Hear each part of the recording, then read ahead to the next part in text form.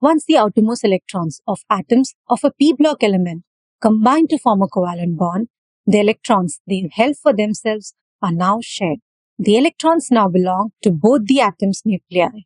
The region between atoms where electrons exist is called the region of electron density.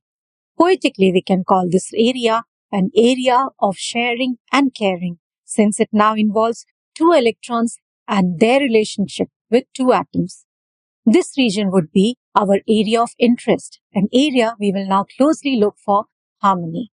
There are two basic ways in which two electrons can be distributed between the two atoms.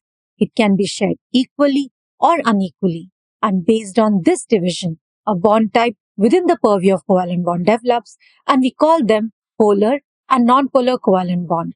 The electron distribution is equal in nonpolar covalent bonds and unequal in polar covalent bonds, and this distribution is influenced by electronegativity, aka the muscle power of the participating atoms. Electronegativity is a 0 to 4 scale that determines an atom's ability to pull the covalent bond electrons.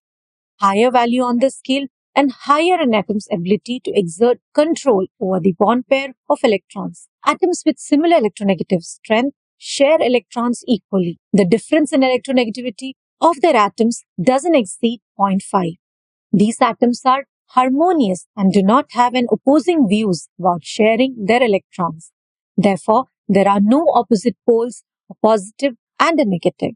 So such a covalent bond is called a nonpolar covalent bond. Some examples of nonpolar covalent bond are CH4, H2, Cl2, I2, etc. Molecules with nonpolar covalent bonds are very stable and less reactive. There is not much drama here, but the situation reverses when one of the participating atoms in a bond is more electronegative. There will now be an unequal sharing of electrons. An atom higher on the electronegative scale will pull the bond's electron density towards itself. One side will be slightly richer in electron density, while the other end is poorer, resulting in bond polarity and forming a polar covalent bond. Such a shift in electron density is denoted using partial positive and negative delta signs. Such bonds are easily identifiable. If the electronegative difference between the atoms is between 0.5 to 1.7, such bonds are polar covalent bonds.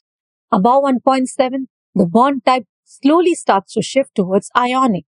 Some examples of polar covalent bonds are between the atoms carbon and oxygen, carbon and nitrogen, carbon and halogen, or between nitrogen, oxygen, or halogen forming molecules like water, ammonia, halogen acids, and more.